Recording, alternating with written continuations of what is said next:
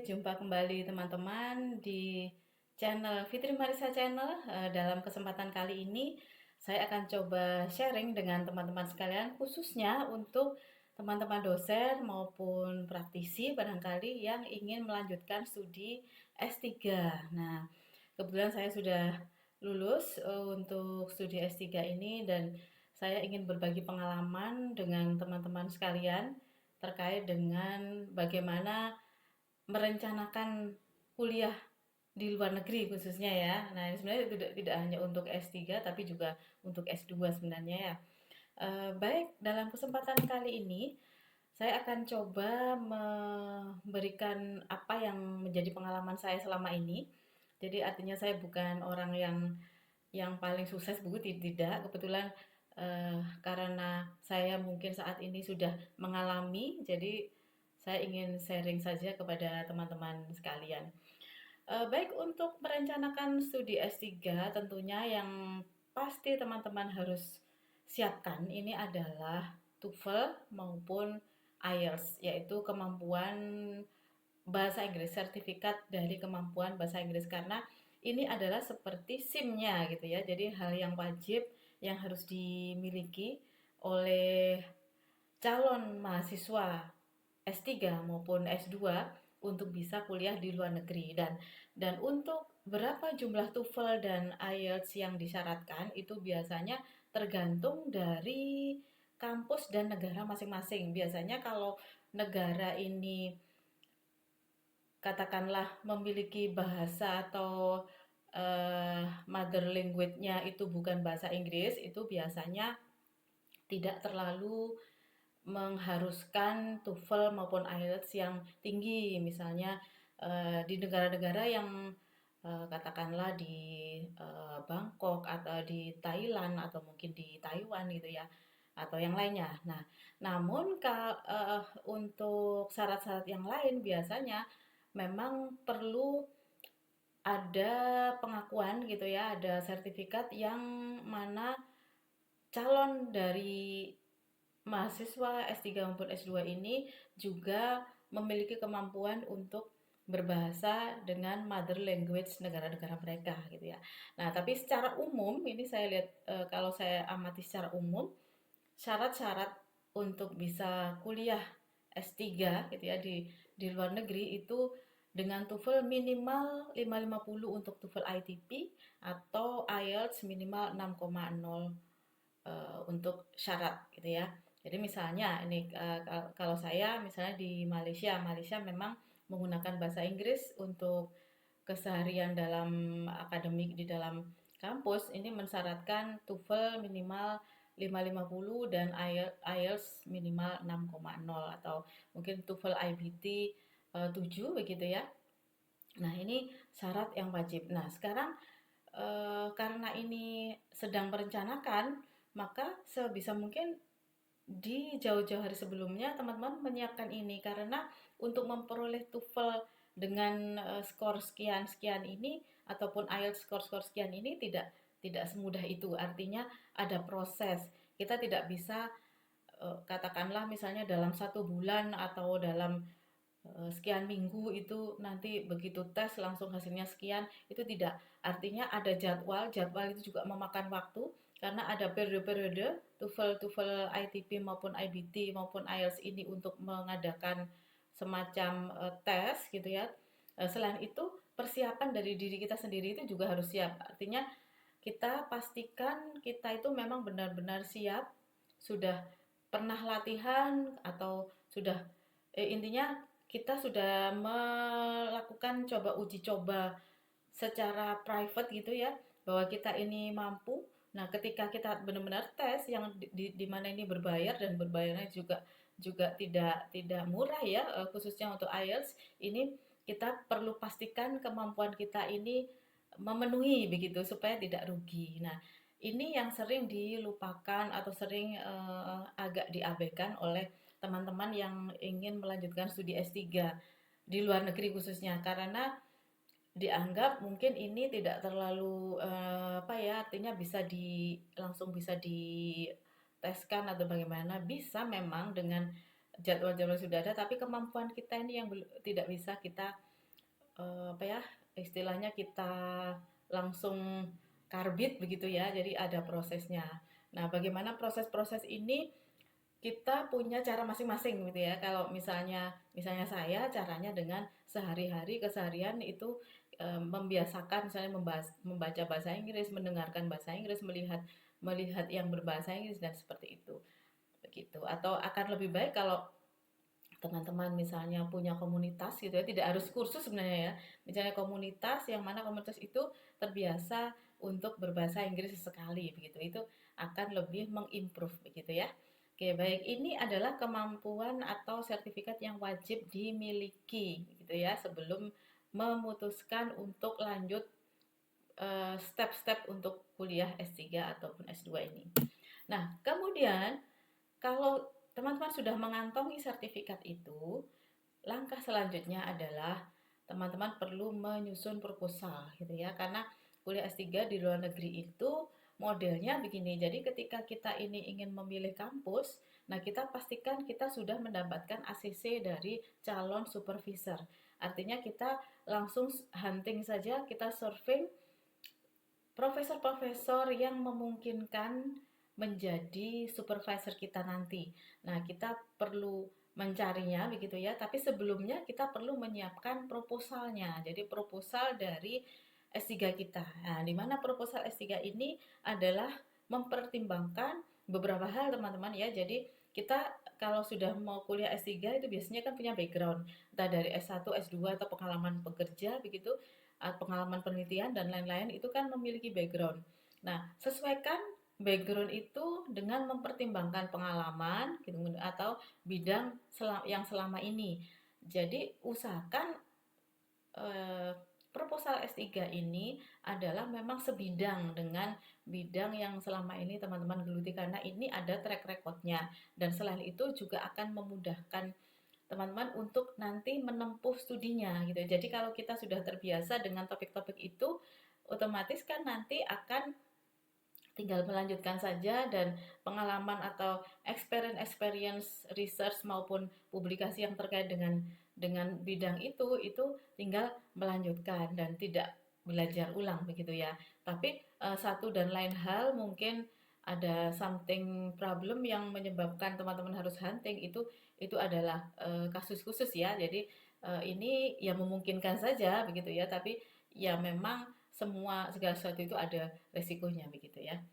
Nah, kemudian selain itu, nah ini juga yang tidak kalah penting menurut pengalaman saya, ini adalah mempertimbangkan minat ya pada bidang baru dan prospek ke depan. Jadi yang pertama karena studi S3 ini kalau dibilang effortnya juga lumayan ya. Jadi effort mungkin rata-rata dari PhD itu ya, lulusan-lulusan dokter itu hampir semua itu setuju bahwa S3 ini memang cukup apa ya istilahnya cukup membutuhkan effort gitu ya. Jadi supaya effort kita ini tidak terlalu terbebani apa beban menjadi beban yang cukup berat. Jadi kita pastikan bidang tersebut adalah bidang kita minati gitu ya. Jadi seberat apapun yang nanti akan kita alami itu nanti akan menjadi lebih ringan kalau kita minat begitu kan. Nah, kemudian pastikan bahwa ini adalah memiliki prospek ya. Jadi minat ini atau field dari topik yang kita usulkan ini adalah memiliki prospek ke depan yang baik karena ini adalah juga akan mengantarkan menjadi pendamping dari masa depan kita, karir kita nantinya begitu ya. Nah, setelah kita sudah menyusun proposal gitu ya. Nah, untuk pembahasan proposal nanti akan dibahas di video yang lain ya. Jadi kita akan bahas di video yang lain. Nah, langkah berikutnya kita perlu mempertimbangkan negara yang akan dituju. Nah, ini bagi saya dan bagi saya juga sudah survei dengan teman-teman dari PhD holder yang lain bahwa pertimbangan negara yang dituju ini sangat penting. Kadang itu kita kita kalau belum kuliah gitu ya, kadang kita itu berpikirnya yang ideal menurut kita seperti apa. Misalnya saya harus di negara ini, saya di negara ini dan negara ini. Nah, kalau setelah dijalani, nah dari pengalaman kami ini ya, negara tempat kita ini menimba ilmu ini adalah penting. Jadi kesesuaian antara negara tersebut dengan diri kita sendiri itu sangat penting karena negara tersebut adalah tempat nanti kita akan tinggal cukup lama begitu ya. Dan tinggal cukup lama itu tidak rekreasi tapi menempuh studi, artinya menempuh studi itu hidup di sana dengan segala effort yang nanti akan kita alami. Jadi pastikan kita itu nyaman, artinya kita tidak bisa memastikan ya, setidaknya kita punya feeling bahwa saya nanti negara ini kemungkinan seperti apa gitu ya. Nah, beberapa pertimbangan yang perlu teman-teman pikirkan adalah mempertimbangkan pastinya kualitas pendidikan, khususnya di bidang yang nanti akan kita ikuti gitu ya. Jadi misalnya kalau saya di computer science, jadi saya pastikan di negara tersebut, khususnya di kampus tersebut itu memang bidang computer science yang saya ingin geluti itu memang bagus gitu ya. Jadi jangan sampai kita itu kuliah di tempat yang mana tidak bagus karena apa yang kita korbankan itu besar teman-teman. Jadi untuk kuliah S3 ini banyak yang nanti akan kita kita sacrifice gitu ya. Nah, selain itu adalah pertimbangan budaya. Nah, budaya ini juga penting ya, teman-teman. Jadi ya memang kalau rasis itu relatif saja ya sebenarnya ya. Jadi saya tidak bisa mengatakan negara mana rasis dan seterusnya itu dan itu juga berbahaya. Jadi artinya dimanapun kita tinggal, tetap kita berusaha untuk berbuat baik ya, tapi tetap kita juga melihat seperti apa budayanya. Kira-kira mereka dari kebudayaan mereka itu bisa kehidupan kita atau apapun ya hubungannya dengan keagamaan atau mungkin kehidupan kebudayaan culture yang lain itu kita tidak terlalu terganggu. Nah, kalau misalnya teman-teman mempertimbangkan ini nanti akan lebih kerasan gitu ya nanti di negara tersebut gitu. Dan yang tidak kalah penting ya teman-teman adalah perhatikan suhu dan cuaca begitu ya. Jadi meskipun ini kelihatannya sepele, tapi ini ternyata cukup penting karena suhu cuaca kalau cocok dengan badan kita itu akan menunjang kesehatan. Kalau menunjang kesehatan tentunya aktivitas kita pun tidak terganggu, studi kita tidak terganggu. Tapi kalau misalnya kalau misalnya suhu dan cuacanya ini tidak mendukung, terutama untuk kita-kita yang mungkin ada yang teman-teman yang tidak terlalu fit atau tidak terlalu tahan dingin atau tidak terlalu tahan panas. Nah, ini teman-teman perlu memperhatikan ini. Intinya perlu antisipasi terhadap ini begitu ya. Bukan berarti tidak boleh di negara itu, tapi bagaimana mengantisipasi begitu ya.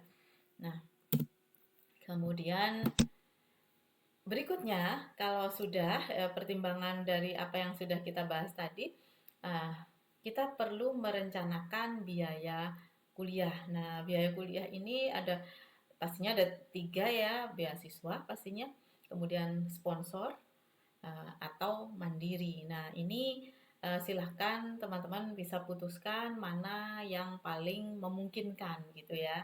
Yang paling memungkinkan kalau beasiswa berarti harus persiapan sejak awal, sejak harus lebih lebih banyak effortnya dibanding yang lain. Nah, kalau sponsor berarti tergantung dari institusi atau mungkin dari lembaga tempat kita bernaung nanti akan berikan sponsor atau tidak. Kemudian kalau mandiri ya it's okay, mandiri jika mampu, mandiri secara secara proses itu yang paling simple gitu ya, tapi memang resikonya kita harus membayar dengan biaya kita sendiri gitu ya. Apakah mungkin? Mau mungkin karena banyak di negara-negara di luar negeri sana perkuliahannya pun biayanya tidak mahal, kemudian ada juga yang bahkan gratis, hanya kita harus mengcover biaya hidup gitu ya. Nah, itu juga harus kita perhatikan. Kemudian kalau sudah, kita perlu melakukan survei terhadap kampus tujuan dan supervisor. Nah, kampus dan supervisor ini sebaiknya di survey atau dicari ketika proposal itu sudah selesai dan TOEFL IELTS pun juga tidak ada PR. Jadi kita carilah websitenya gitu ya. Kemudian kita mungkin akan bagus lagi ada rekomendasi teman, mungkin ada teman yang pernah kuliah di sana barangkali. Nah, itu bisa memberikan rekomendasi juga bisa memberikan rekomendasi supervisor gitu ya.